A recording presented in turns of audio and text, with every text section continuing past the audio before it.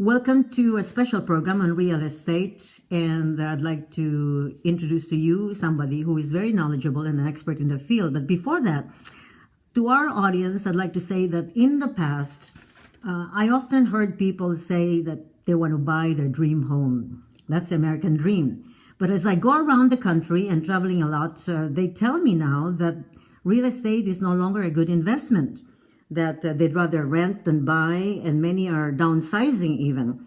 Well, what happened to the American dream then of owning a home? So we decided to talk to a real estate broker. He's a Realtor broker and an overachiever, as a matter of fact. He finished his Bachelor of Arts in Business Administration and pursued his master's in the same field at the Regis University. And mind you, he has a 4.0 GPA.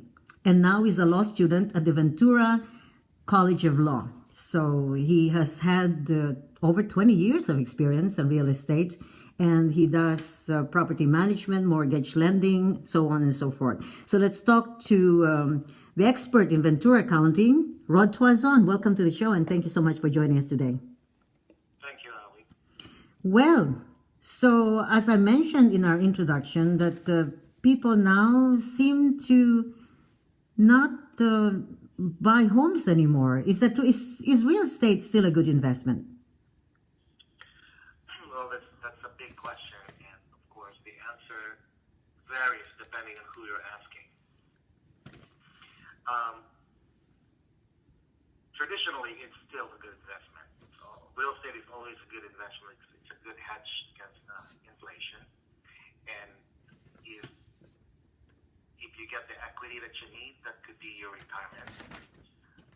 But because of the housing crash that we had, a lot of people are not comfortable with real estate, and a lot of people are trying to build their confidence that real estate is indeed a good investment.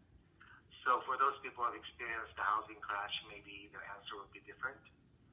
But for those who haven't had any experience in buying real estate or buying their first home, I still believe that buying real estate is the better option than renting.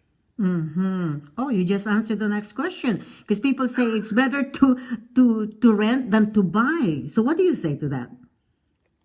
Again, the answer depends. It depends on the needs of a specific individual. If they're dissatisfied in renting and want to move from one place to the other in a very short period of time, then maybe renting is good for them. But if they're pretty stable enough to be able to stay in one place, and they have the sufficient funds to be able to sustain keeping that home, owning is still the better, because there are tax advantages, there are equity advantages, because prices always tend to go up, and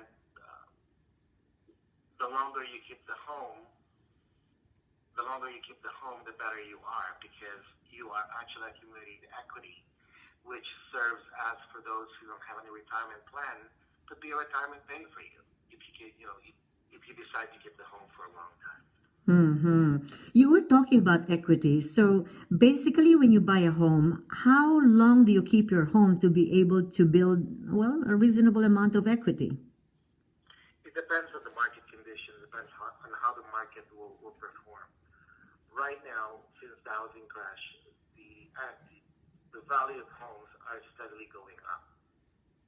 When I mean steadily going up, they are keeping up. They are keeping up with inflation much faster.